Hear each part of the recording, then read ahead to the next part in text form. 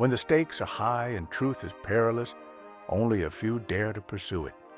From dark streets to hushed courtrooms, and from locked offices to crime-ridden alleys, the quest for justice runs deep. Old-time radio heroes wear many hats. As private detectives, police officers, legal experts, they are tireless advocates for truth and justice and driven by a single goal, uncovering what others fear to find, where every question counts and every answer comes at a cost. So sit back and enjoy this rare gem from the golden age of radio. 21st Precinct, Sergeant Waters. What do you mean, missing? Lost? Well, how old is the little girl? 4.5? Who was she with, her mother? Yeah? Where? What's that address? You're in the muster room at the 21st Precinct, the nerve center. A call is coming through. You will follow the action taken pursuant to that call from this minute until the final report is written in the 124 room at the 21st Precinct. All right. Tell her I'm sending the officers right over. No, tell her not to go out looking for them. The officers will be right there. That's right. 21st Precinct. It's just lines on a map of the city of New York. Most of the 173,000 people wedged into the 9/10 of a square mile between Fifth Avenue and the East River wouldn't know if you asked them that they lived or worked in the 21st. Whether they know it or not, the security of their homes, their persons, and their property is the job of the men of the 21st Precinct.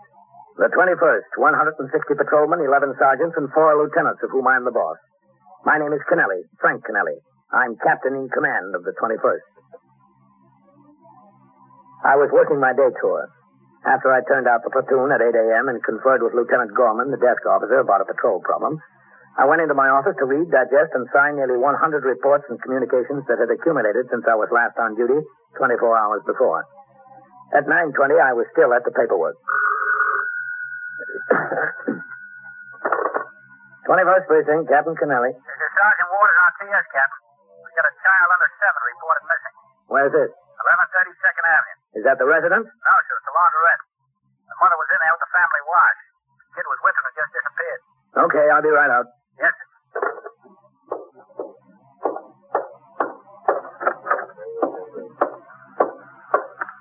This is Sergeant Waters at 21st.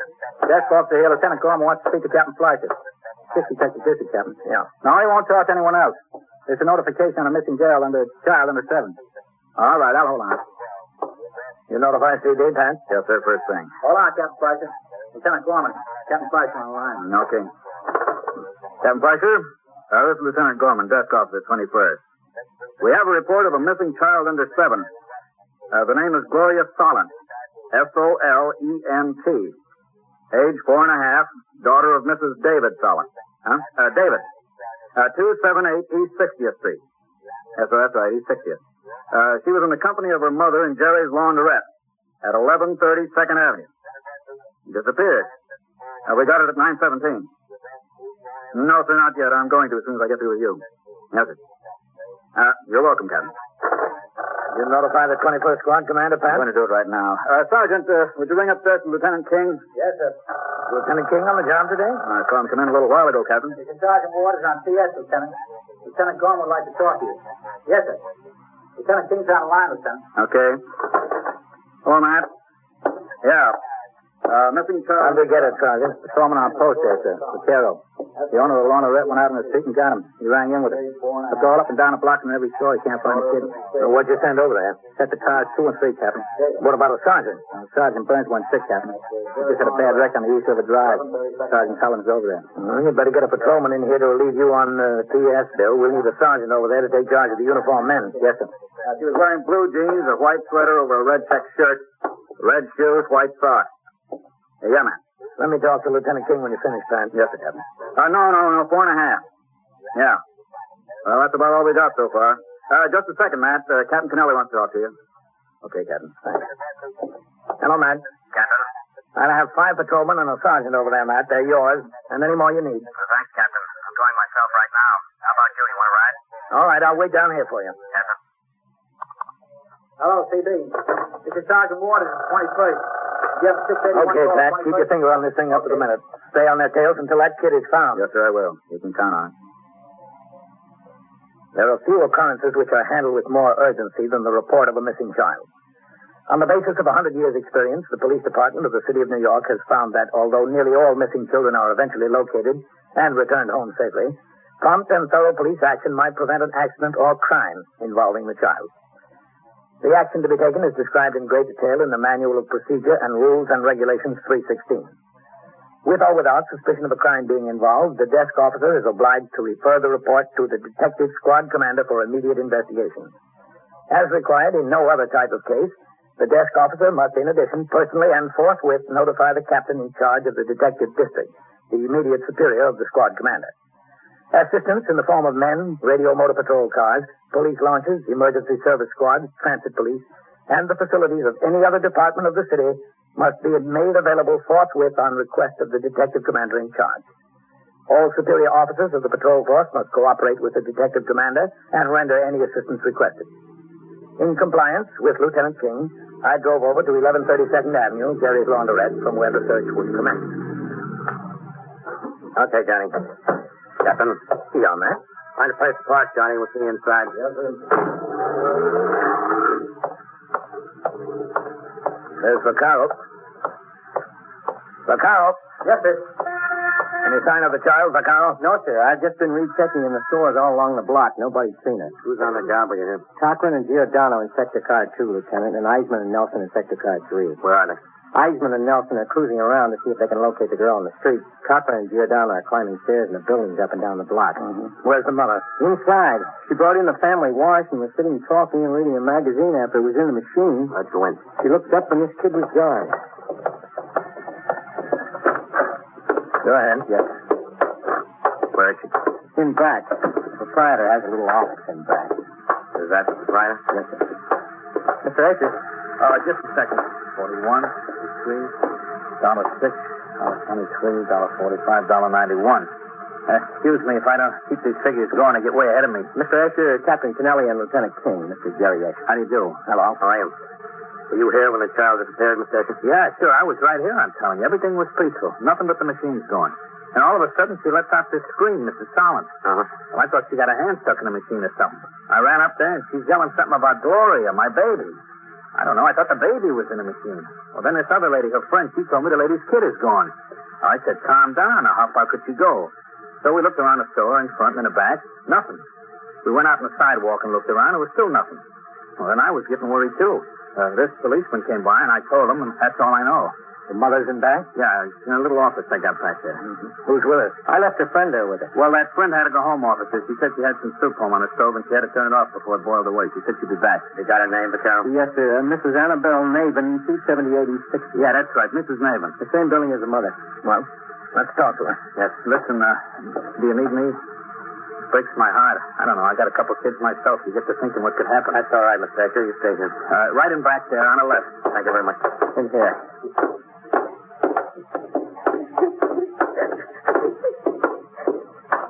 Did you find her? Did you find Gloria? No, not yet. Oh, I don't understand where she could have gone. I just don't understand. Mr. Solomon, this is Captain Kennelly. Hello. And Lieutenant King. Mr. Solomon. I'm so sorry to cause all this trouble, and I appreciate your help. I really appreciate it. Well, that's our job, Mr. Solomon. Vaccaro. Yes, sir. You better go on out the street, see what you can do. Yes. Okay, Captain? Go ahead, Vaccaro. We'll find him, Mr. Solomon. I hope so. I just hope so. Is it all right if I shut the door, Mrs. Solomon? It's the what? Be a little quieter. Now, you gave the officer a description of your little girl. You said she was 4 1/2. Yes, and she's wearing blue jeans, and she had on a little white sweater and red shoes with white socks. What's the color of her hair? Red hair. Sort of kissing, I guess you call it. Where could she have gone? That's what I don't understand. Say it. Yeah, we're going to try to find that out. Miss Solomon, what time did you leave the house this morning? Well, it was about, it was about 10 minutes to 9 o'clock. I took the wash and I took Gloria, and I came over here. Were you near the front door or toward the back? Oh, toward the back. I like to get toward the back because there's less traffic in and out, and I have a favorite machine, number 11. I was putting my first load in the machine, and I told Gloria to be a good girl and play, and I got the wash in, and she was playing, and I started to talk to Mrs. Nathan. He was washing right next to me. And I was talking and looking at the pictures in a magazine, and then I looked up to see where Gloria was, and she was gone. I guess I let out a scream. That's what Jerry said I did anyway. Then you started to look for her. Yes. We looked all over the store, in front and back, under the counters, even in here. There was a lady up in front washing in one of the first machines, and we asked her if she saw Gloria go out. Well, she didn't think so. She didn't remember. She was busy with her wash. So we went out on the street, and we looked around. We couldn't find her. We looked in stores, and then Jerry said, finally, we'd just better tell the cop on the beat. So we saw him on the corner, and we told him. Were there any other children in here at the time, Mrs. Solon? Well, usually there are. Let's see. No, not this morning when I came, but that didn't make any difference because Gloria plays very nice by herself, and Jerry's got blocks and toys over in the corner for when mothers bring the children in. Did you see anyone come or go? What do you mean? Did anyone come into the store you noticed particularly? Well, no. I was talking to Mrs. Nevin and reading. Nobody I noticed. Oh, there was just a laundryman, I think. What laundryman? From the wholesale laundry. You know, some of the customers like to get things like sheets and shirts finished. Jerry has a service, and you can get sheets and shirts and things like that all done for you. He's the only one you noticed, the man from the wholesale laundry. Yeah, that's right. I was worried before, but now I'm getting scared. I'm really getting scared. Do you think it would do any good if I just went out again and looked too? Well, the officers have a good description. They'll know it. Come in. Oh, come in, Sergeant. I got someone to burn on CS, Captain. Good. What do you want Sergeant Waters to do, man? I tell you what I think would be the best thing, Bill. Yes, sir? You supervise the members of the patrol force who are making the search. Yes, sir. You'll find Vaccaro, Cochran, Giordano, and Eisman on the job. There'll probably be more to come. Yes, sir. I'll get right on it. Excuse me, John. That's all right, Sergeant. Come in, Johnny. Yes, sir. Mrs. Solon, this is Detective Bender. How do you do? I went over to your house, Mrs. Solon. I thought maybe somebody might have found the child and brought her home. But they didn't. No. What's your husband's first name, Mrs. Solon? David. What's his occupation? He's a butcher. He works in Washington Market. Have you notified him the child is missing? No. Why not? Well, you see, we're separated. For how long? Since the middle of August. Where's he been living? In a furnished room in the village someplace. I don't know just where. Have you seen him, Mrs. Solon? Oh, yes, he comes to get Gloria on Sundays and brings her home. Is that the arrangement? Yes, every Sunday, and if he wants her more, all right, too. Is he contributing to your support? Oh, yes, every week, just like a clock. Is he satisfied with the arrangement? Well, he never said anything that he wasn't. He's the one that wanted to break up. Now, me, I was satisfied.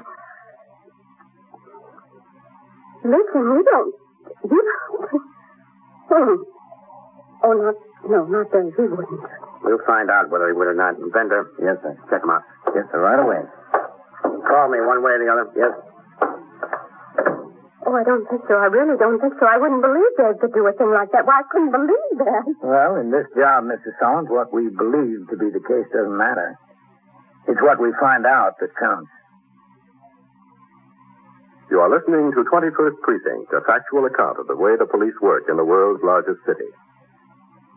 Within the next half hour, 13 men from the various commands joined the hunt, and the 17 patrolmen, under the immediate supervision of Sergeant Waters, began a search of every building from the basement to the roof in a 6-block area.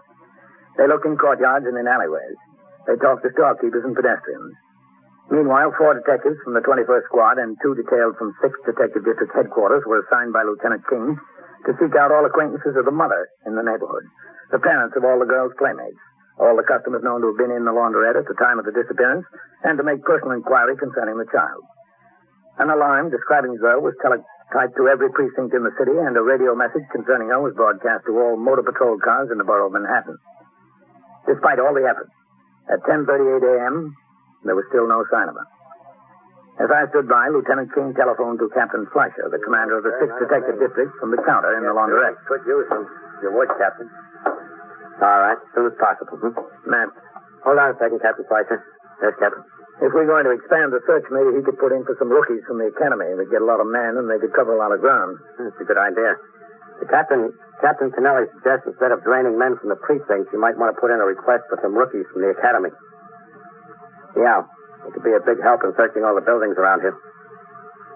Yes, sir? All right, yes, sir. I'll keep in touch with you. Thought that was good about the rookies who asked for them. In the meantime, he's requesting the 19th, 20th, and 23rd to send over a car and 3 men each. That's good. He's sending up 2 detectives each from the 19th and 23rd squads, and he's asking the division inspector for 4 plainclothesmen. They all ought to be here within 15 or 20 minutes. Boy, this neighborhood is sure jumping. Yeah, it'll be jumping more, Mr. Asher. I got to give you credit. When you do something, you do it. You don't kid around. A child that age is pretty helpless. Even if she's all right, she's probably too scared to tell anyone who she is or where she lives. How's the mother doing? How do you think? Yeah. Can you excuse me a minute? I can get in there. Yeah, sure. Oh, this is the headache end of the business. The finished work. A lot of bookkeeping, a lot of complaints, and not much profit. Yeah. But it's a service you gotta have. Mama can come in here and work the machines all she wants. The papa wants to shoot some professional, so I'm stuck with it. There's another load for him to knock the buttons off. Mr. Asher, we're getting in your way around here. I'm sorry. Who said you're getting in my way? We're required to conduct a search from the point where the child was last seen. Listen, Captain, everybody's doing their part. I'll do mine. We're just about finishing up the next block, Lieutenant. Every building, Sergeant? Every building top to bottom. Basements, roofs, halls. They're knocking on every door. Nothing. We'll just have to keep at it. Well, which way do you want us to go next? Next block east, or you want us to go uptown another block? What do you think, Captain? It's a toss-up, man. Tell you what'll help. Start your men on the next block east. I just spoke to Captain Fleischer. We're getting 9 more patrolmen in here any minute. Oh, good. You start your men east. When they get here, we'll start them on the next block uptown from where you left off. Yes, sir. I'll get them going. You better check the desk close here again. Yeah, that's a good idea, man. Maybe I ought to see how the mother's doing. Yeah, what you would. Hello, this is Lieutenant King. Oh, excuse me, Mr. Asher. Help yourself. Foreman, please. Did you find her? No, not yet, Mrs. Allen. I'm sitting here thinking, what could have happened to her? Now, where could she go? Maybe one of those maniacs. That's the only thing I can think of. No, Mrs. Sullivan. Well, what else? Kidnappers? What would kidnappers want? I haven't got anything. Dave hasn't got anything. I don't think you ought to jump to conclusions. It's been 2 hours almost. She took the little girl, 4.5. She couldn't have just disappeared away. She wasn't out of my sight 2 minutes. Not 2 minutes. We'll find her. Sure, yeah. But how? When? Alive? Not 2 minutes. Come in. Captain Lieutenant King would like to see you. Any news, did you see her? No, Mrs. Allen. Excuse me, Mrs. Allen. Yes, sure. I brought the husband up, Captain. Lieutenant King's talking to him. Lady, if you want to bring your own soap powder, how can I stay in business? Captain Kennelly, Mr. David Sullivan. Mrs. Allen, it's something more than she's just lost, isn't it? You know as much as we do, Mr. Sullivan. You were at work when this detective came down to the market? Yeah, I was at work in the store. I was cutting a side of beef. Is that right? He was at work, all right. How long have you and your wife been separated, Mr. Sullivan? 2, 3 months, something like that. What was the reason for the separation? Is it necessary to go into that? I think it is. For 7 years we're married. Since the month after I got out of the Army. 7 years. Nag, nag, nag. Be a big shot. Talk better. Dress nicer. Move to Long Island. 7 years. Nag. Was the glorious would have happened a long time ago, but even with Gloria, enough is enough. Mr. Solent, we know that you love your daughter, and we know you were at work when this thing happened, but if you have anything to do with this, me? Well, I mean, if you sent a friend or a relative or anybody else up here to take that child, we'll find out about it. Listen, you're barking up the wrong tree. Yes, I'm assuming that I am, but just in case I'm not, I want to tell you that we've got 30 men on the job right now, and there are more coming. Your wife is in there worried to death. Well, I'm worried to death, too. Now, if you're behind this in any way, Mr. Solent, you're in for a lot of trouble. Well, I'm not behind. Now is the time to get it straightened out. I'm telling you. All right. I just want you to understand. I understand. Fender. Yes, sir? Whitey Howard will be checking the floors on this block. Jerry's laundrette. Give him a hand. Okay, Lieutenant, right away. Oh, Lieutenant King, telephone. Thanks. Are you the father? Yes. You got my deepest. No word yet, Captain. All right, sir. Yes, sir. I'll watch out for it. Yes, sir.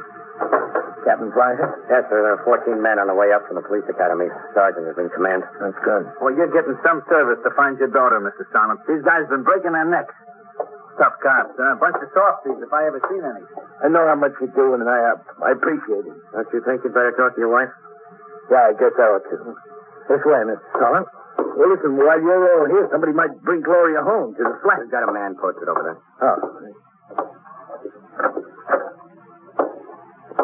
Hello, Evelyn. Oh, David. And they'll find her, Evelyn. They'll find her. Now, don't worry. 2 hours for 2 hours. Where could she be? They'll find her, won't they? Well, we're certainly trying. You know how many policemen they got looking sturdy? Is that right? That's right. 30 policemen now, more are coming. 50 policemen. How could 50 policemen not find I'm them? glad you came, David. It sounds like... Yeah, I know. Is your cold better? On Sunday, you look bad. Just I terrible. felt terrible. They'll find her, Evelyn. Believe me. I want to ring in, Captain.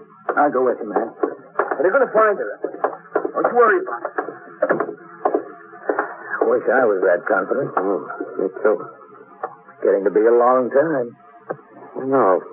If somebody came in and took that girl out of here right from under her mother's nose, he had a lot of nerve. We haven't had a squeal like that around here in a long time, have we? I don't remember any for a year or two.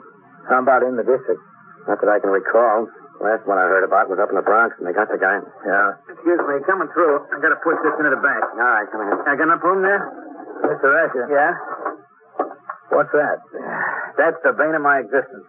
That's a load of finish work to go out in the morning, and I'll have another basket full by then. Excuse me. Just a second. Mrs. Sullen? Yes? Any news? No, not yet. Would you come out here a minute, Mrs. Sullen? No. You said before that you remember the man from the wholesale laundry coming in while you were doing your wash, before you noticed Gloria was gone. Yes, I did. Mr. Asher, does he take this big canvas basket out with him? Two. Every day, loaded with dirty wash, and he brings in two with clean. Well, was the basket out in the front of the store waiting for him? I didn't see it. I keep him in back. Could Gloria have wandered in the back? Well, yeah, the whole place is open. I let the kids go all over. There's nothing could hurt them around here. There's a million kids come in. I let them wander all over. You've got an idea, Captain. What? I don't get it. Look, folks, you two wait in the office, will you, please? If you think something, we got a right to know it's our baby. Evelyn, please. If they can find her, they will. Go ahead. All right. But you be sure you let us know. Yes, as soon as we find out something. What's the story? I don't get it. Well, there's a chance the girl might have climbed into one of the laundry baskets this morning. The driver was in here then. The mother remembered that much. That's ridiculous. Maybe. Then again, maybe it isn't so ridiculous. What's the name of the laundry you take from? The new Metro. Where are they located? Over on the west side, on Amsterdam Avenue. 68, 69th Street. In there someplace. Do you have the same driver every day? Yeah, this is on his route. And what's his name? Murray. And what's his first name? I don't know whether Murray's his first name or his last name. I just call him Murray. What's the phone number over there? At the laundry? Yeah. It's Academy 24599. All right, let's get them on the phone. Sure, I'll oblige with anything. Lieutenant King telephoned the new Metro laundry and spoke to the delivery manager. He explained quickly what he was after and secured the telephone numbers along the route of the large truck that had made a delivery and pickup at Jerry's Laundrette shortly after 9 o'clock. After 3 telephone calls, he learned that the truck had just left after making a stop on 1st Avenue near 36th Street. He called the next place the truck was due to stop, a laundry on 38th Street near Lexington Avenue. The truck was expected but had not yet arrived. With Detective John Bender, Lieutenant King hurried to his car and drove downtown to intercept the truck. In the meantime, the search in the neighborhood went on. I phoned CB to dispatch a motor patrol car from the 15th precinct to the address in case the truck arrived before Lieutenant King. We waited in Jerry's Laundrette for word. I don't know about you, Captain, but the suspense is killing me. It's only a hunch. Oh, you undersell yourself. How do you ever expect to be an inspector? Hey, what about the Mr. and Mrs.? Don't you think you ought to let them in on it? No, they might get too hopeful. If it doesn't work, they're worse off than before. Hey, that could be it. Take it. Jerry's Laundrette. Who? No, he hasn't worked here in 6 months. No. I don't know. I haven't got any idea. Look, I can't tie up the phone. I'm expecting an emergency. Yeah, you too. Tell them the truth, they don't believe you. Right front from the academy got here, Captain. Oh, yes, Sergeant. Should I start them over there going uptown? Well, I'll tell you, Sergeant. You get it, Mr. Asher. Yeah. Jerry's Laundrette. Yeah? Who's it? Did you find a kid? Huh? All right, Captain. Thanks. Captain Canelli. Matt King, Captain. Yes, Matt. The girl was on the truck. Good. They found her. She was playing in the basket and decided to hide under the laundry. Yeah? She thought it was fun being rolled outside. When she got in the truck, she got scared. Uh-huh. Every time the driver opened up the back, she kept quiet from fright. Well, is she all right, Matt? Just fine. Got her a great big ice cream cone. She wants to talk to her mother. All right. Hold the phone. I'll put her on. Sergeant, send those men back to the academy. Yes, sir. Captain. Yeah. She can use the extension in the office. It's a little more private.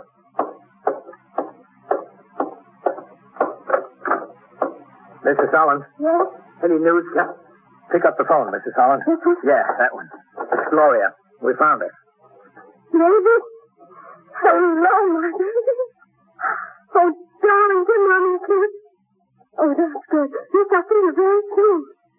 Would you like to talk to Daddy? He's here. Yeah, but... Yes, we're here together, and we're going to come and get you together. David. Oh, Gloria. Yes. Yes, I know. You tell me all about it, huh? You know something, Captain? You did a great job. Great. I should have been a cop. Yes, baby. Yeah, it seems great now. But the way I thought it was going to turn out, you could have had the job for 2 cents.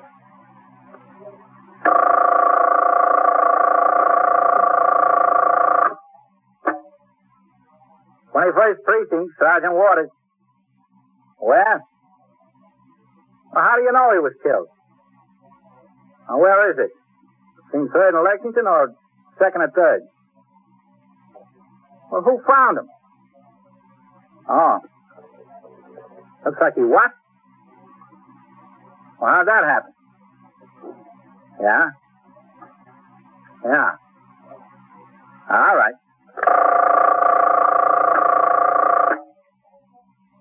And so it goes. Around the clock, through the week, every day, every year. A police precinct in the city of New York is a flesh and blood merry-go-round. Anyone can catch the brass ring, or the brass ring can catch anyone. 21st Precinct, a factual account of the way the police work in the world's largest city, is presented with the official cooperation of the Patrolmen's Benevolent Association, an organization of more than 20,000 members of the Police Department, City of New York. Everett Sloan in the role of Captain Kennelly, Ken Lynch as Lieutenant King. Featured in tonight's cast were Lawson Zerbe, Ralph Camargo, Bill Zuckert, Mandel Kramer, Harold Stone, and Eileen Palmer. Written and directed by Stanley Niss, produced for CBS Radio by John Ives. Art Hanna speaking. Well, folks, that's all for tonight's broadcast here on Randy's Old Time Radio Shows. Now, bringing these golden oldies back to life takes no small amount of time and effort from our good friend Randy, cleaning up the audio, converting the files, and making sure each show has the best audio possible. If you've enjoyed the program and you'd like to help keep these classics on the airwaves night after night, why not consider a small donation? Every penny goes straight to supporting Randy's work and helping this channel stay on the air. You'll find the links down in the description below. And for those of you kind souls who've already given, Randy tips his fedora to you. Your support truly keeps this old radio spirit alive. Thanks ever so much. And until next time, keep those dials tuned and keep the memories rolling.